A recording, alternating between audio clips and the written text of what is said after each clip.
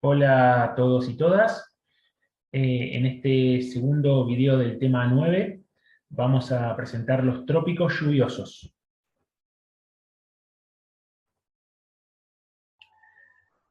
Siguiendo la clasificación climática del grupo API, tal como hicimos mención en el primer video de este tema,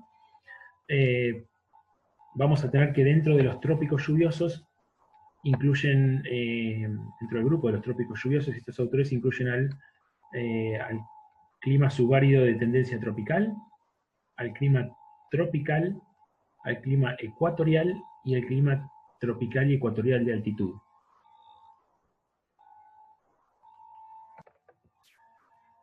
En este caso podemos observar la extensión de estos cuatro climas que agrupan los autores en trópicos lluviosos y su distribución. Están todas centradas, obviamente, en torno al Ecuador y hacia la zona de los trópicos. El clima ecuatorial tiene un mayor desarrollo, obviamente, en proximidades del Ecuador. Alejándose del Ecuador y acercándose a ambos trópicos, comienza a desarrollarse el tropical con estación seca, de tipo sudanés. Estamos hablando de este. Comienza hacia ambos lados, hacia el norte y hacia el sur, a medida que uno se separa del Ecuador, comienza a registrarse. Y ya un poco más próximos a los trópicos, aparece el tropical de tendencia árida de tipo saheliense. Digamos que hay una cierta linealidad en esos tres climas. Rompe la linealidad el tropical de altitud, la zonalidad, digamos, la distribución zonal rompe el tropical de altitud, dado que no responde a una distribución en torno a los paralelos, sino que más bien tiene referencia digamos, está asociado a las diferentes altitudes que hay en los macizos continentales. El rasgo característico de toda esta extensión es la persistencia de altas temperaturas durante todo el año, es el rasgo climático esencial, lo cual implica una cantidad de calor recibida muy grande y con poca variación a lo largo de ese año. El dato de la diapositiva dice la temperatura media del mes menos cálido superior a 18 Celsius. Lo que sí existen es contrastes entre latitudes ecuatoriales, es decir, el primer rango climático, y las zonas próximas a los trópicos. En la zona ecuatorial, digamos, el sol varía muy poco, está siempre, siempre está próximo a la vertical, y la amplitud térmica anual es inferior a los 3 grados, mientras que a medida que nos vamos acercando a climas próximos a la zona tropical, tenemos una amplitud térmica anual que puede alcanzar los 10 grados. En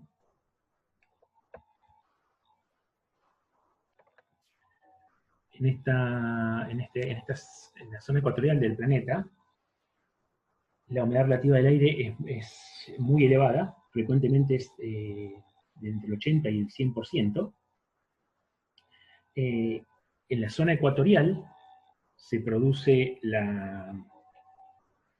digamos, la convergencia de los alisios y un movimiento ascendente del aire,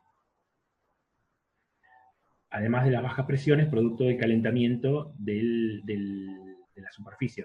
Recordemos en el tema número 5, seguramente,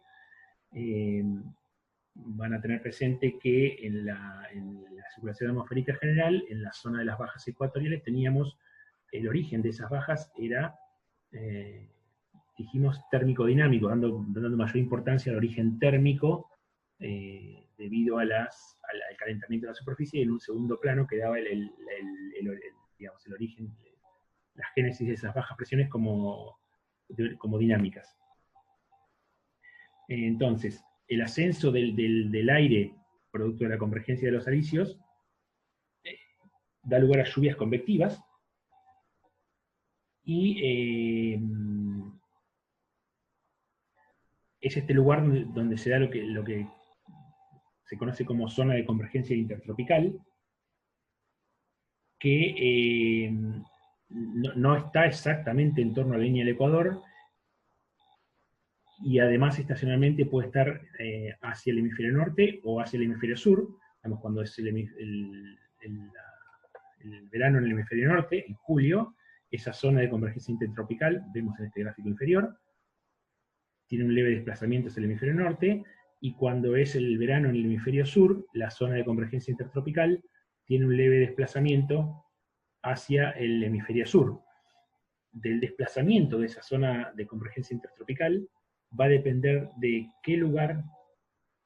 en qué lugar del planeta, de la superficie, se va a dar la convergencia de los alisios y por ende las mayores precipitaciones de origen convectivo, y va a determinar que en los climas, no ya en el ecuatorial, sino dentro de este mismo grupo de trópicos lluviosos, en los que siguen en dirección a medida que nos alejamos del Ecuador a los trópicos, se vayan teniendo una disminución de la cantidad de precipitaciones, y correspondan los mayores volúmenes de precipitaciones cuando la zona de convergencia intertropical, en la estación en la cual la zona de convergencia intertropical está en el hemisferio correspondiente.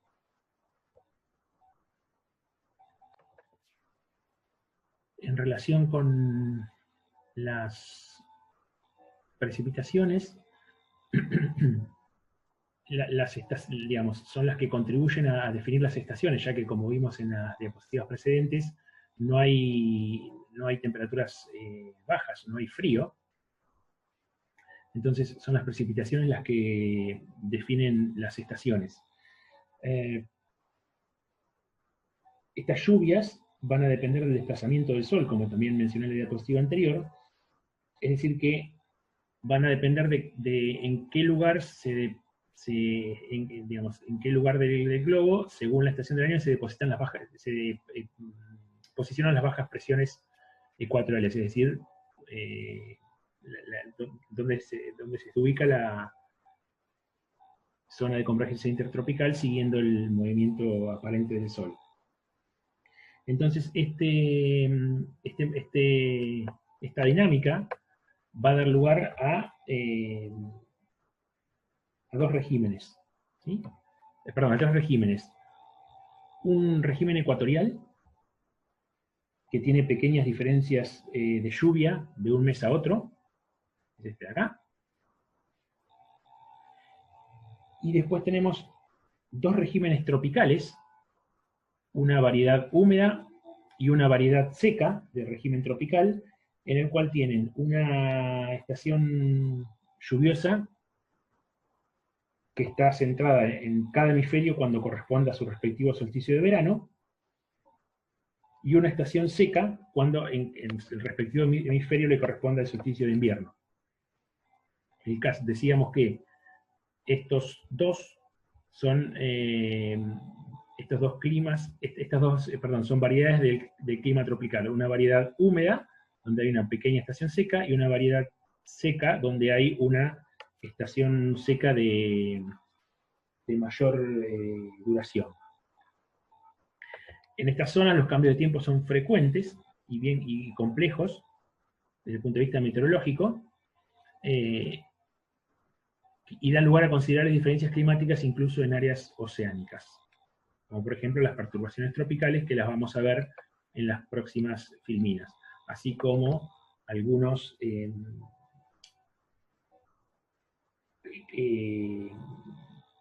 casos de clima particular de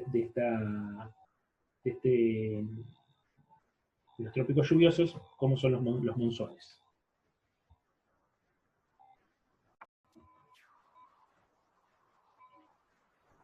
Los ciclones tropicales, llamados también tifones en el sureste asiático y huracanes en América tropical, son fenómenos meteorológicos de una violencia extrema que afectan a ciertas regiones de los trópicos lluviosos. Y por eso es un tema de relevancia en este grupo de climas que estamos abordando. Más allá de los nombres que se les den en unas u otras regiones del globo, se pueden definir en conjunto como tormentas ciclónicas que se caracterizan por una intensa circulación de aire alrededor de centros de baja presión. El desarrollo de estas tormentas ciclónicas ocurre entre los 5 grados norte y los 20 grados norte aproximadamente, y entre los 5 grados sur y los 20 grados sur aproximadamente. Dos bandas latitudinales, las cuales no contienen el ecuador, y ahora vamos a ver el porqué.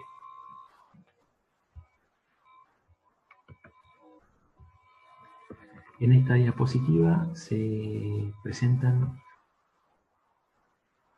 las principales cuencas que definen, las principales cuencas de generación de huracanes que define la Organización Meteorológica Mundial, que son 7.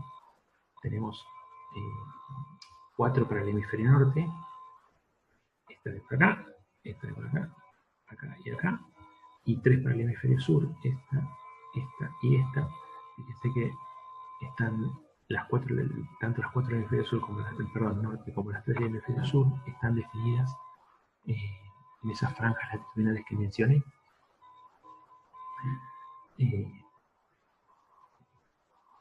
La graduación de colores del mapa tiene que ver con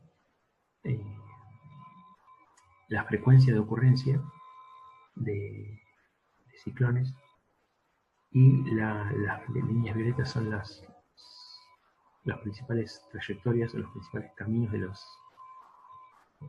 ciclones, y con la línea punteada se marca la zona en la cual se verifica una temperatura de 26.5 grados del agua, que es una de las condiciones de formación de los huracanes. En relación con las condiciones que deben reunirse para que se forme un huracán, una es la que recién se mencionaba, que es que la temperatura del mar tiene que ser mayor a 26.5 grados Celsius para que eso ocurra, y eso ocurre en un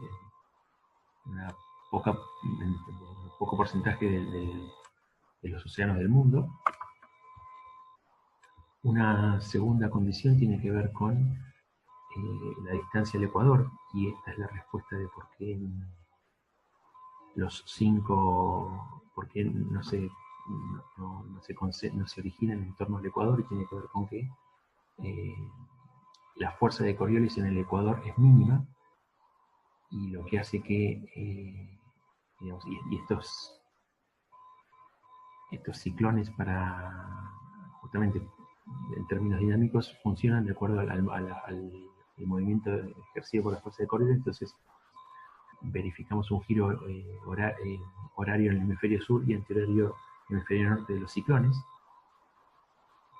Una tercera condición es la cizalladura del viento, y esto tiene que ver con que la cizalladura habla de la diferencia de velocidad y dirección del viento entre dos puntos distintos de la atmósfera. Entonces tiene que haber una cizalladura baja entre la superficie y la capa de la atmósfera hasta la cual se desarrolla el huracán, para que no se desacople la parte superior de la inferior.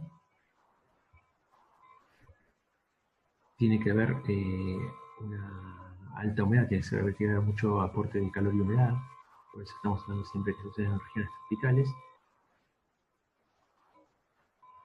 Y un último factor es la existencia de perturbaciones tropicales, tal como mencionamos en las diapositivas precedentes.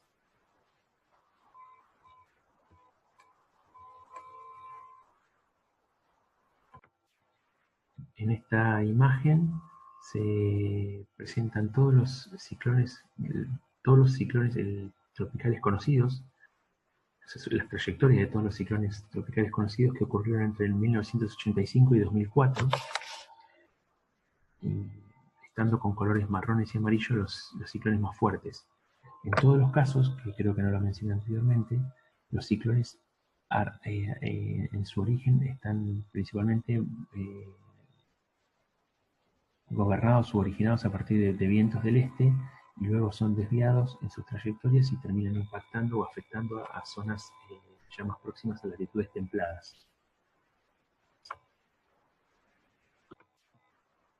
En el caso de esta imagen se presenta también para dos de las cuencas que define la Organización Meteorológica Mundial como principales cuencas de generación de huracanes. Tenemos en la derecha la cuenca del Océano Atlántico Norte, el Golfo de México y el Mar Caribe.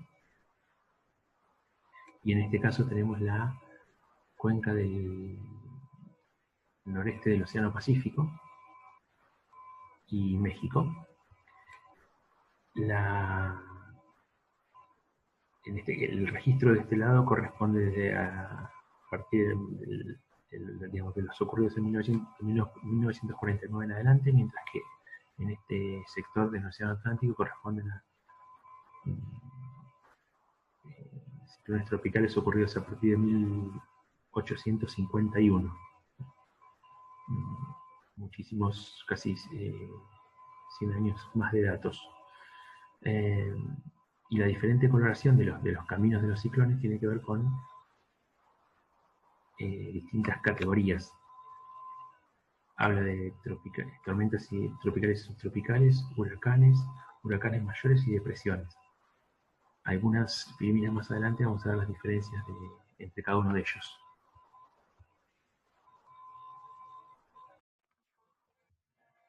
Los ciclones tropicales son eventos acompañados de vientos y precipitaciones muy intensas.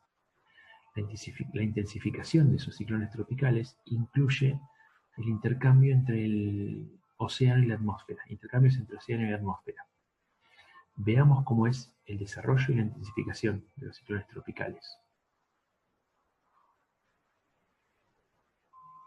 Los ciclones se inician cuando el flujo de aire a bajo nivel, es decir, en proximidad de la superficie, se ve perturbado o bien por una onda de viento del este, o bien por la intrusión hacia el ecuador de perturbaciones de aire superior. Tengamos presente que en las primeras filminas hicimos referencia a las perturbaciones tropicales como típicas de los trópicos lluviosos, y en este caso pueden dar origen a la formación de ciclones. Todo esto, como ya dijimos, en las dos bandas latitudinales que excluyen al sector inmediatamente cercano al ecuador. Entonces, cualquiera de los dos mecanismos mencionados dan inicio a la convección necesaria para que se forme un huracán. Una vez que comienza la convección de aire, se forma un centro de baja presión cerca de la superficie.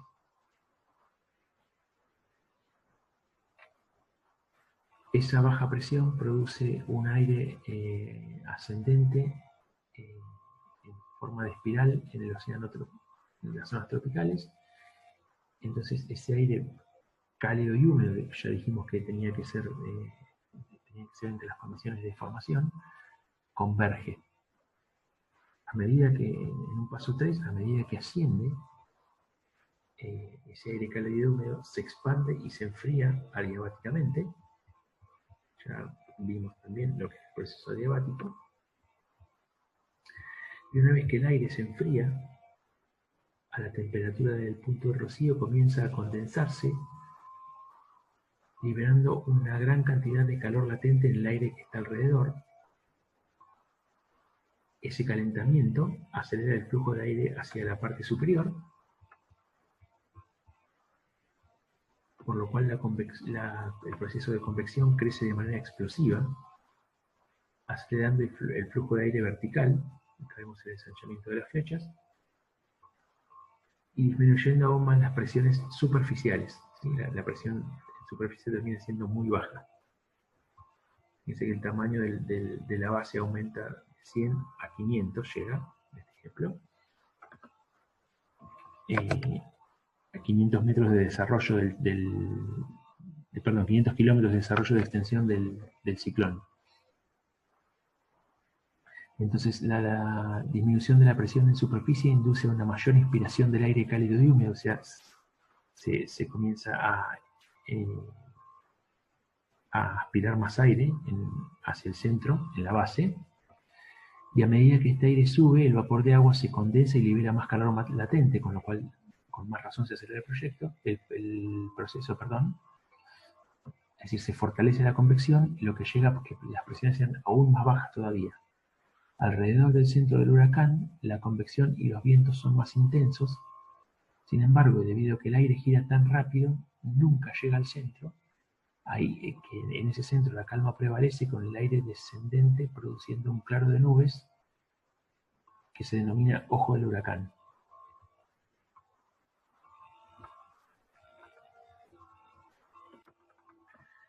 En esta imagen se ve en la superior cómo se produce el ascenso de aire que provoca obviamente nubosidad. Ya en los fenómenos que vinimos estudiando se produce el ascenso y el enfriamiento, la saturación, la condensación,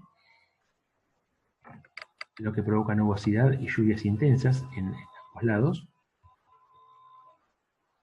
Y en el ojo, este es lo que se comentó en la diapositiva anterior en relación a la génesis del huracán, este sería el ojo del huracán o del ciclón, donde hay un cielo despejado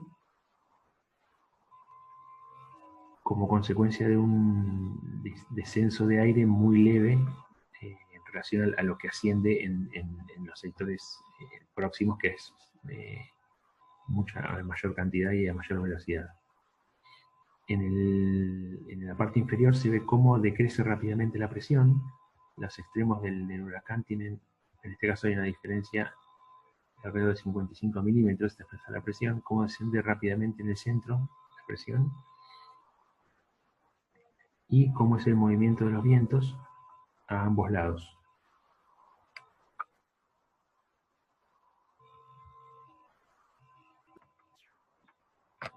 En este caso tenemos en la parte superior un esquema transversal de un huracán, y en los tres gráficos inferiores cómo se comporta la precipitación, la presión y la velocidad del viento en cada uno de los sectores.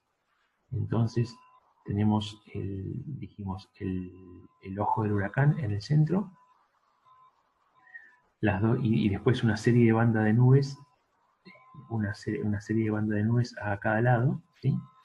que completan la formación del mismo. Entonces, en el caso de la precipitación, se alternan desde el centro hacia el exterior, digamos, a ambos lados,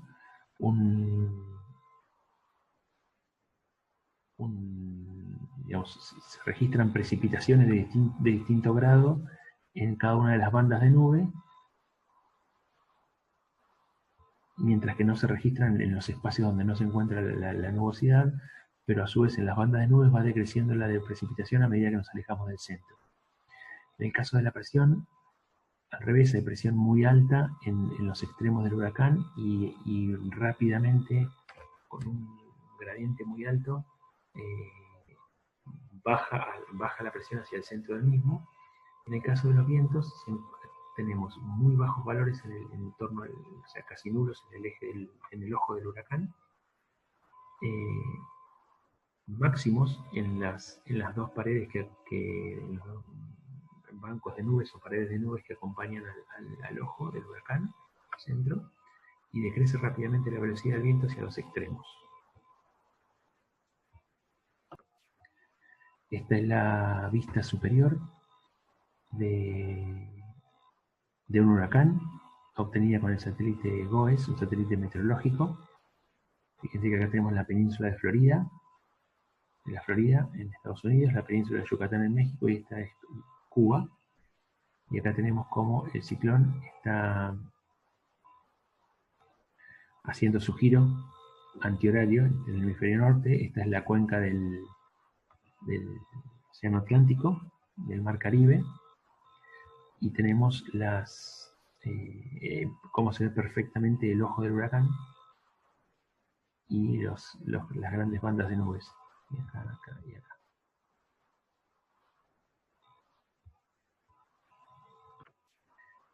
En una de las diapositivas previas se hizo referencia a tres categorías distintas de tormentas tropicales o de depresiones tropicales, o huracanes. Se habló de tres categorías. Entonces, depresión tropical, hacemos referencia a un viento sostenido menor a 61 kilómetros por hora, con extensas zonas de nubes y lluvias. Hacemos referencia a una tormenta tropical con un viento sostenido de 62 a 118 kilómetros por hora. En estos casos, la nubosidad y las lluvias se organizan en un núcleo central. Y hacemos ya referencia a un huracán cuando el viento sostenido mayor de 119 kilómetros por hora, en donde en el centro se comienza a formar una zona de calma que se denomina ojo. Esta es una organización a la cual se hace referencia frecuentemente y que fue presentada en una filmina previa. Y bueno, y los diferentes huracanes que ocurren se identifican además de, entre otras características que vamos a ver más adelante, como el nombre, por la intensidad, que puede ir variando a lo largo del desarrollo y la trayectoria del mismo. Hay diferentes escalas para categorizarlos. En este caso se presenta la de Saffir-Simpson, donde existen 5 categorías, siendo la número 5 la más peligrosa o dañina para el hombre y sus sistemas productivos, sus actividades. Entonces, en la menos intensa, hablemos de la categoría 1, se va de velocidades de viento entre 119 y 153 kilómetros por hora, con presiones centrales, es decir, presiones centrales, hablamos de presiones mínimas de 980 milibares. En ese caso hablamos de vientos muy peligrosos que producirán algunos daños, en términos, eso sería expresarlo en términos cualitativos. Vamos avanzando en las categorías hasta que se llega a la categoría 5, donde son vientos mayores a 250 kilómetros por hora y presiones en la parte central del huracán de menores a 920 milibares, muy bajas. Y en términos cualitativos se define a partir de vientos con daños catastróficos, destrucción de altos porcentajes de vivienda.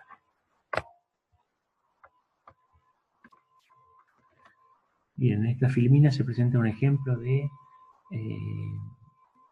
una especie de pronóstico, un pronóstico de la temporada de ciclones, en este caso del 2018, para el Océano Atlántico, para la cuenca atlántica del Mar Caribe y del Mar Caribe, donde se espera que ocurran los ciclones tropicales entre el 1 de junio y el 30 de noviembre.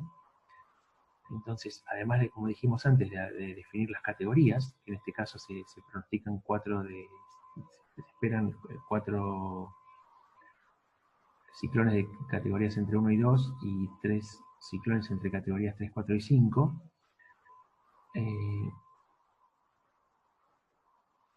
Además de esa categoría se los define por el nombre. Entonces, los nombres de huracanes son siempre nombres de hombre o mujer, y cada año se prepara una lista de posibles nombres para la temporada de huracanes, que sería la lista de nombres, la que está acá abajo, a la izquierda, que se preparó para el 2018.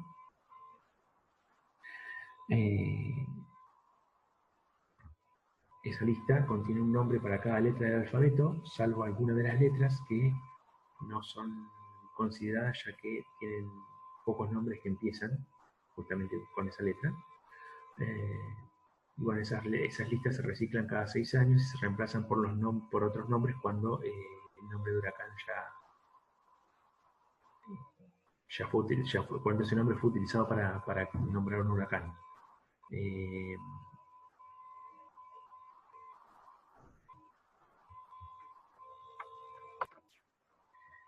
Y en este caso tenemos para un huracán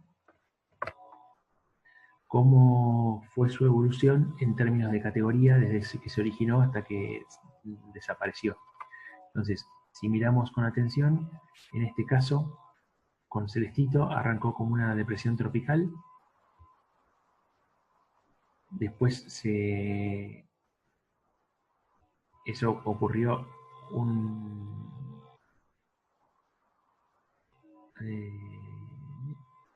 1 de septiembre de 2008 a las 17:45 UTC del tiempo universal coordinado. Comenzó como una depresión tropical, durante un breve lapso se quedó en esa definición, seguramente fueron aumentando los vientos y se transformó en una tormenta tropical. Todo eso se registró hasta el paso aproximadamente número 3, que es el 3 de septiembre, ya pasamos más de 2 días después, porque estamos a las 20:45. Ahí pasó ya a un huracán de categoría 1.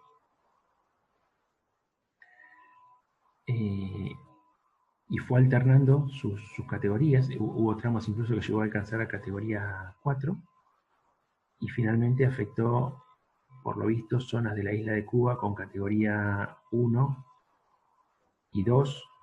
Y de nuevo también categoría, digamos, en Estados Unidos afectó con categoría 2 y ya volvió a tormenta tropical hasta desaparecer, ¿sí? Entonces acá tenemos todo el camino, el derrotero del huracán. Huracán en términos genéricos, lo estoy mencionando debido a que a lo largo de toda su trayectoria fue cambiando de categoría desde su génesis hasta su desaparición.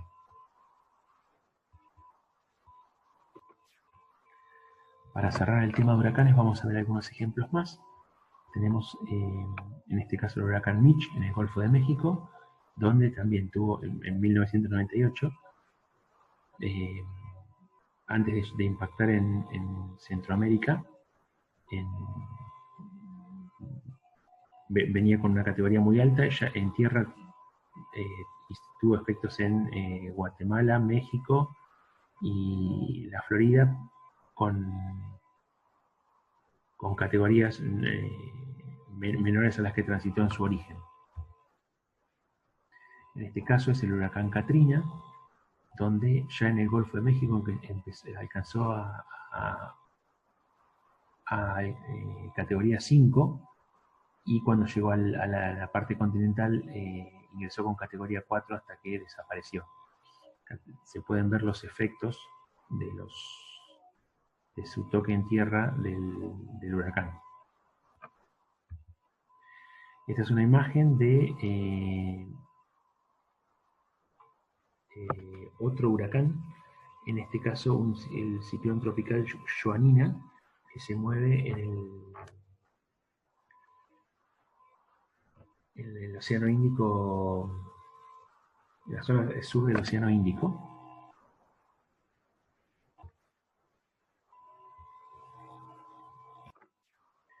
En este caso, y a diferencia de los ejemplos anteriores, estamos en el hemisferio sur, por lo tanto podemos observar, bueno, además del ojo del huracán y las distintas bandas de nubes, podemos observar que en este caso el movimiento está siendo horario, tal como vimos las bajas presiones en el hemisferio sur.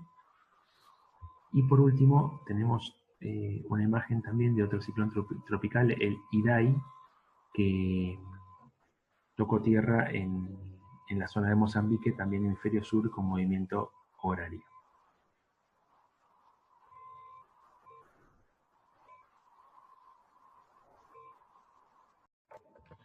Retomamos esta diapositiva para hacer referencia al clima monzón como un caso particular entre los climas tropicales con estación seca. El clima tropical con estación seca, estamos hablando de esta banda latitudinal aproximadamente. El monzón se registra en torno a la India, y a esa misma latitud, pero en otros continentes, puntualmente en África, se encuentra el desierto del Sahara. Mientras que en este tipo de clima, el monzón, tenemos temperaturas elevadas, amplitud térmica marcada y lluvias concentradas en una estación lluviosa de gran intensidad, y a diferencia del Sahara, claramente. ¿Por qué se diferencia este clima monzónico? Porque, digamos, lleva lluvias tropicales en una latitud mucho más alta que en otras partes del globo, puntualmente, que en otras partes del globo, esa misma latitud, puntualmente que en el propio África con el Sahara. Es decir, se desplaza, el efecto que hace el monzón es desplazar hacia el norte el clima tropical lluvioso. En este monzón, en este clima monzónico, el viento se mueve estacionalmente. En una estación sopla desde el continente hacia el océano y en la estación opuesta desde el océano hacia el continente.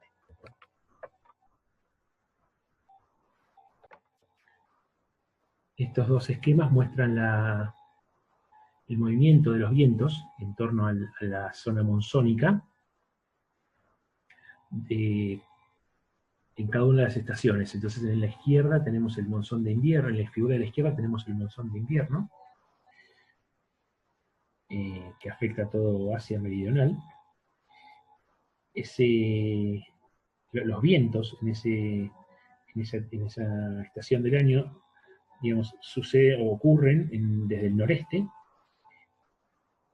digamos, obviamente son los vientos alisios, y en estos casos son vientos secos, ya que soplan desde el continente hacia el océano, por lo tanto, produce un recalentamiento de la zona. En el de la derecha, por su parte, fíjense, perdón, en el de la izquierda tenemos, estamos en invierno, entonces tenemos en la masa euroasiática, retomando los temas previos de la materia, tenemos una alta presión de origen térmico en el centro de Eurasia, entonces ahí es con un sentido de giro horario, entonces hay un desplazamiento de los vientos hacia la zona de las bajas ecuatoriales, en este sector. Si vamos al monzón de verano, entonces, tenemos la estación opuesta, estamos en la zona de Asia con presiones muy altas, entonces en la masa continental euroasiática se registran bajas presiones de origen térmico que atraen los vientos desde el Océano Índico. Hay un desplazamiento hacia el norte de la zona de convergencia intertropical, que sería la zona de convergencia intertropical. En esta estación ya no estaría en torno a los 0 grados, sino que estaría en este sector.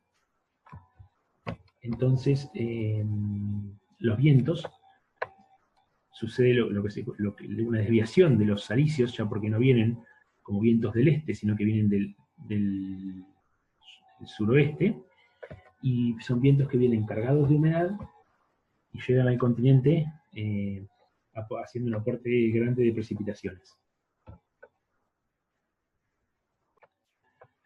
En este nuevo par de mapas se ve claramente lo descrito en la diapositiva anterior. Tenemos en el monzón de invierno, que es decir, estamos hablando del invierno en el hemisferio norte, por lo tanto, verano en el hemisferio sur, por lo tanto, el sistema climático está desplazado hacia el sur y la zona de convergencia intertropical está en el hemisferio sur. Tiene vientos desde las altas presiones que se originan en las altas presiones en el continente, secos que se dirigen hacia la zona hacia las bajas ecuatoriales, hacia la zona de convergencia intertropical. En verano, por su parte, la zona de convergencia intertropical está desplazada junto con todo el sistema climático hacia el hemisferio norte, y tenemos el monzón de verano, donde se produce la llegada de vientos ya no de dirección sureste, como deberían ser los alisios, sino del suroeste, desplazamiento de los alisios, cargados de humedad que afectan la India y el sector suroriental de Asia. Este diagrama de precipitaciones muestra cómo se concentran en Nagpur, en la India, cómo se concentran, hasta el punto de la localidad, cómo se concentran las precipitaciones entre los meses de junio, julio, agosto y septiembre mayormente, ¿sí? O sea, bien concentradas en torno a una estación y con valores muy elevados.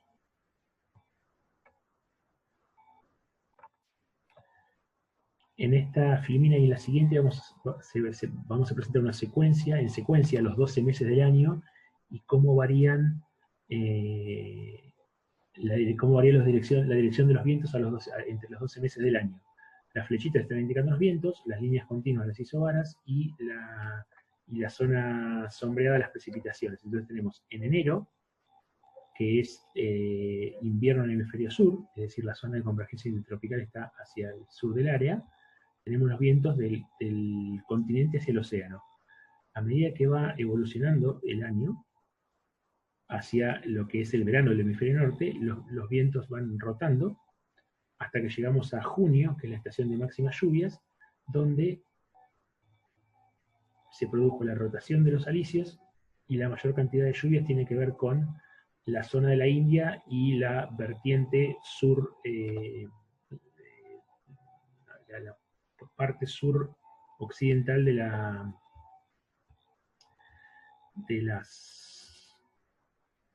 Himalaya, que está localizada acá. Entonces todas las lluvias se concentran en esta zona y en la India puntualmente.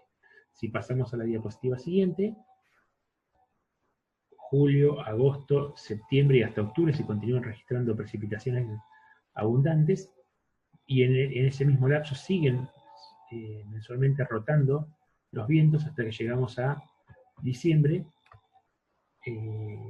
próximos de nuevo al invierno del hemisferio sur, donde los vientos ya están nuevamente en dirección continente-océano.